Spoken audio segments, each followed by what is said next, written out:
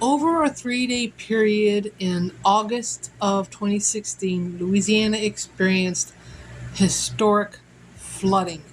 Well over 20 inches of rain fell in and around the Baton Rouge area and also in several places in the Acadiana region. Hundreds of people had to be evacuated from their homes. Damage was left behind.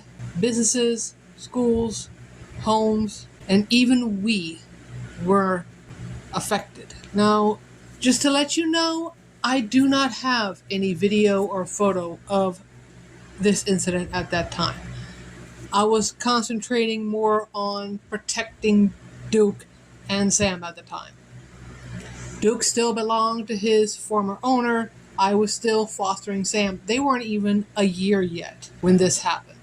But believe me, it felt like it was yesterday. It'll be 6 years, around August 13th, 14th, 15th, 16th, somewhere around that area. If you remember, earlier in June, southern Florida got a lot of flooding from a very similar type system that didn't get named before moving off into the Atlantic. His name eventually became Alex.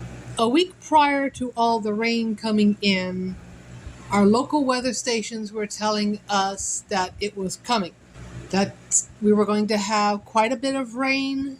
It looked like there was going to be something moving in.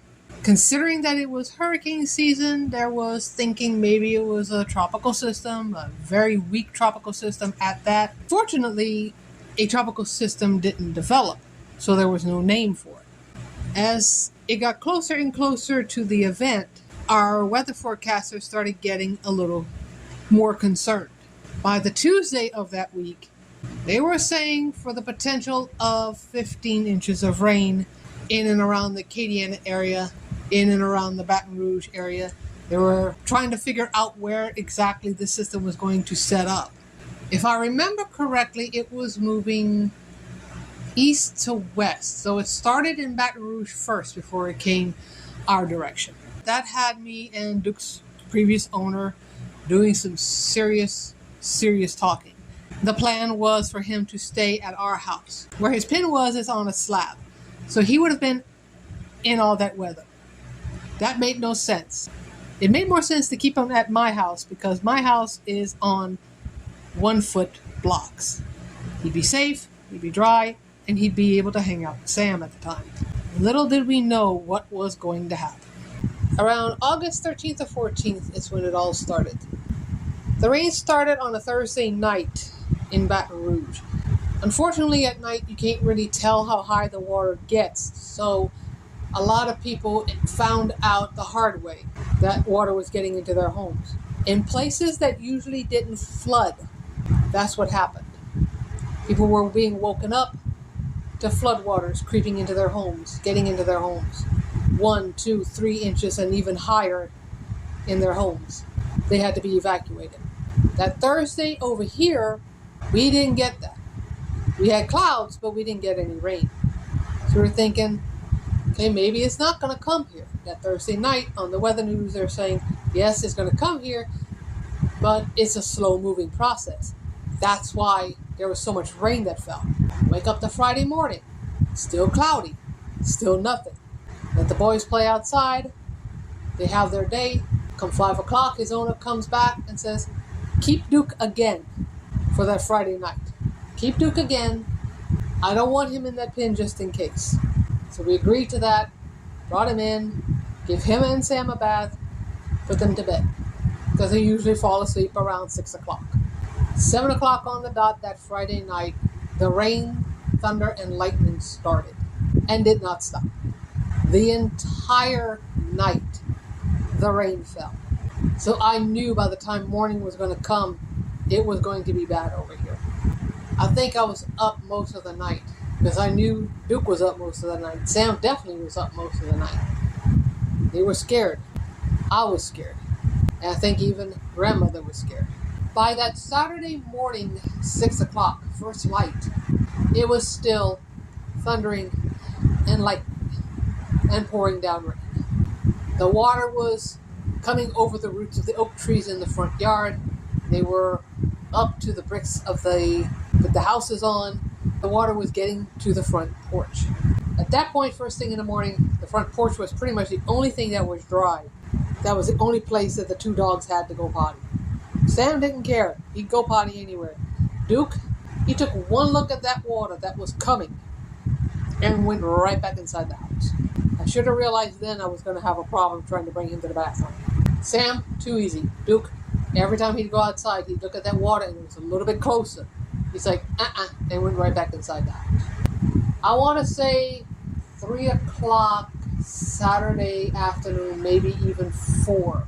The rain had finally stopped over here, which was a good thing because it gave the water a chance to go down.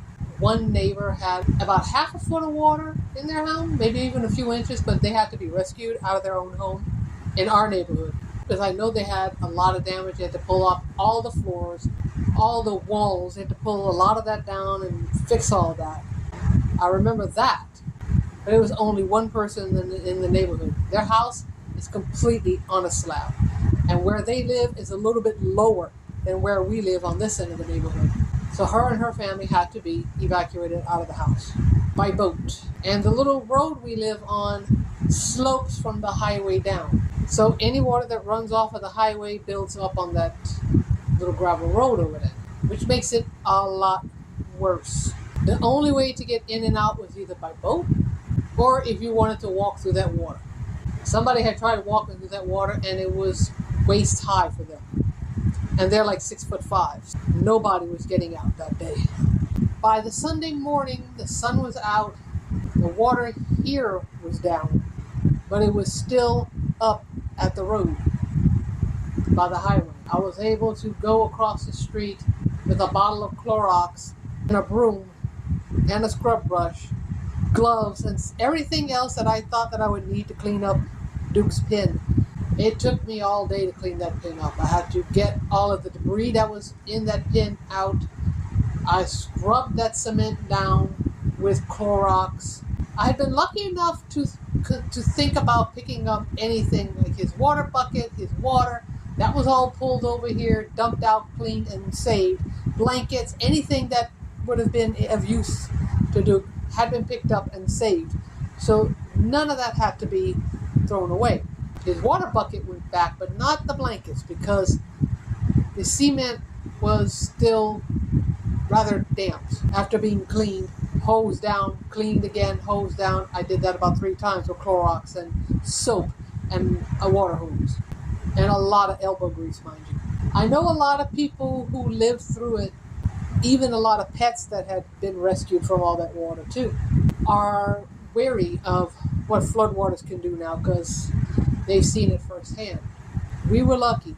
We could honestly hear the water flowing under our house. It never reached the floorboards, but we could hear it flowing. I knew the water was around as tall as the bricks, the 1-foot bricks were. We had a lot of water in our yard, and it had gotten close to the porch, just barely. I think it stopped raining in time because had it not stopped raining, we would have gotten water in our home too. I know that. I firmly believe that this little guy right here, watching the water rise, hearing all that weather, that has helped produce his fear of taking a bath, produce his fear of getting wet, produce his fear of water. He's afraid that it'll flood again. I don't blame him because every time it rains, I get scared that could happen again. But the next time we won't be so lucky. Thanks to the historic August 2016 flood, Duke is afraid of getting wet, having a bath, having anything to do with water on him. He does not even like to walk in water puddles for that matter. Honestly, don't blame him, because the next time, we may not be so lucky. I still have yet to figure out how to get him over his fear. He'll be 7 this November, and it's still hard to give him a bath. He doesn't fight me as much as he used to. He does cry, though. If I could do more to help him with his fear, I would. Missed last week's video? Then click on this video right here. Want more from my sweet little Duke? Then click on this playlist right here. There are several videos in that playlist that we know you're just gonna love. So be sure to check them out right after this video. Remember to bring some joy, laughs, and smiles to somebody's day, and we will see you in our next video. Later!